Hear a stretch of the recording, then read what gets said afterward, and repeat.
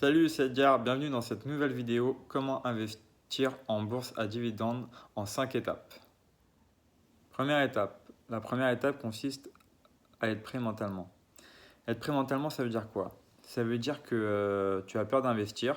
Moi aussi, j'avais peur d'investir au début. Maintenant, c'est bon, je suis rodé, je suis lancé. Même si à chaque nouvel investissement, j'ai toujours une crainte, mais je me rassure en regardant des vidéos d'autres youtubeurs. Enfin, voilà, on se rassure. Et il y a quelques petits mots-clés qui vont faire qu'on va se rassurer.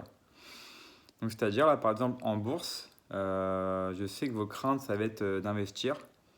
À chaque fois qu'on entend le mot investir, ça veut dire, pour certaines personnes, ça veut dire, ouais, tu vas investir, mais bon, tu vas certainement perdre de l'argent.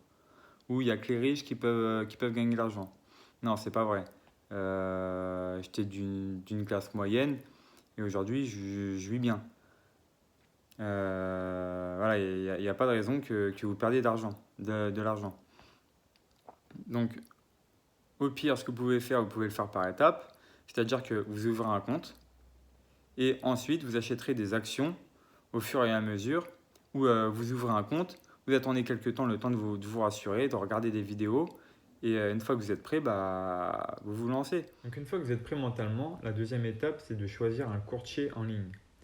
Alors il y a Interactive Broker, l'avantage c'est qu'elle a des garanties sur vos fonds jusqu'à 20 000 euros.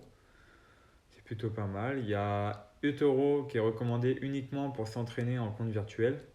Ça, c'est si vous voulez vous amuser gratuitement. Il y a Bourse Direct qui est recommandé pour ceux qui traitent souvent et résident en France. Il y a Boursorama, c'est ce que j'utilise, qui est recommandé pour les résidents français qui ont une stratégie de dividende comme moi. Moi, je vais parler que de stratégie de dividende. Il n'y a que ça qui m'intéresse. Le trade ne m'intéresse pas, comme j'ai déjà dit. Il y a DeGiro aussi qui est recommandé pour les non-résidents français avec moins de 20 000 euros. Donc à vous de choisir. Moi personnellement, je préfère Boursorama. J'avais déjà des comptes chez eux. Donc si vous avez des comptes chez Boursorama, c'est ultra rapide. Il vous suffit juste de créer un compte titre ou un PEA. Alors la troisième étape, ça va être d'ouvrir un compte PEA ou un compte CTO, entre parenthèses, compte titre.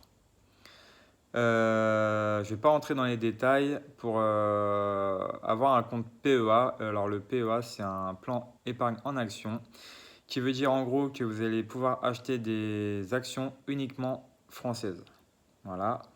Et le compte titre, CTO, ça va être uniquement pour les actions américaines, où là, il va y avoir plein d'avantages, des inconvénients, et pareil pour le PEA, mais je ne rentrerai pas dans les détails, c'est pas le sujet de la vidéo. Je referai une autre vidéo plus tard concernant le PEA et le STO plus en détail. La quatrième étape va être de choisir une action. Que ce soit une action américaine ou française, ça va être à peu près pareil. Nous, ce qu'on va regarder, ça va être si la courbe va être croissante, si le dividende va être croissant aussi, si l'entreprise a eu des bons chiffres. On va regarder plein de petits détails comme ça qui va faire que c'est une entreprise qu'on va acheter.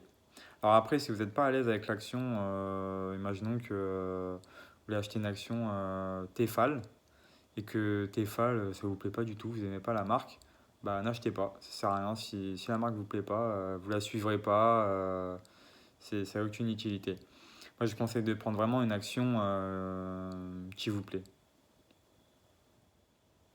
Et la cinquième et dernière étape va être d'acheter l'action à un bon prix. Alors là, c'est le plus long, il va falloir être patient. Moi, ce que je vous conseille, c'est de mettre des alertes. Je vous expliquerai dans une autre vidéo comment on fait pour mettre des alertes. Pour que le prix de l'action soit à moins 30% et que vous l'achetez à 30% moins cher de ce que vous la voyez là.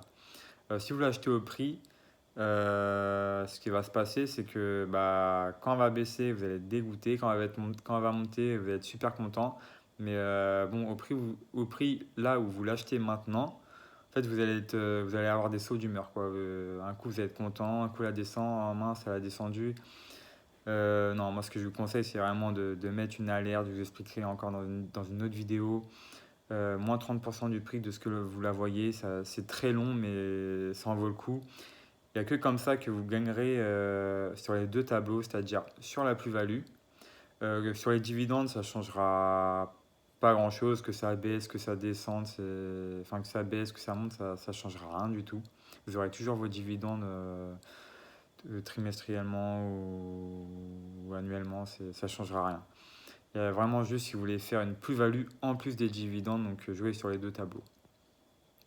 J'espère que cette vidéo vous a plu. N'hésitez pas à vous abonner à ma chaîne pour être sûr de voir mes prochaines vidéos.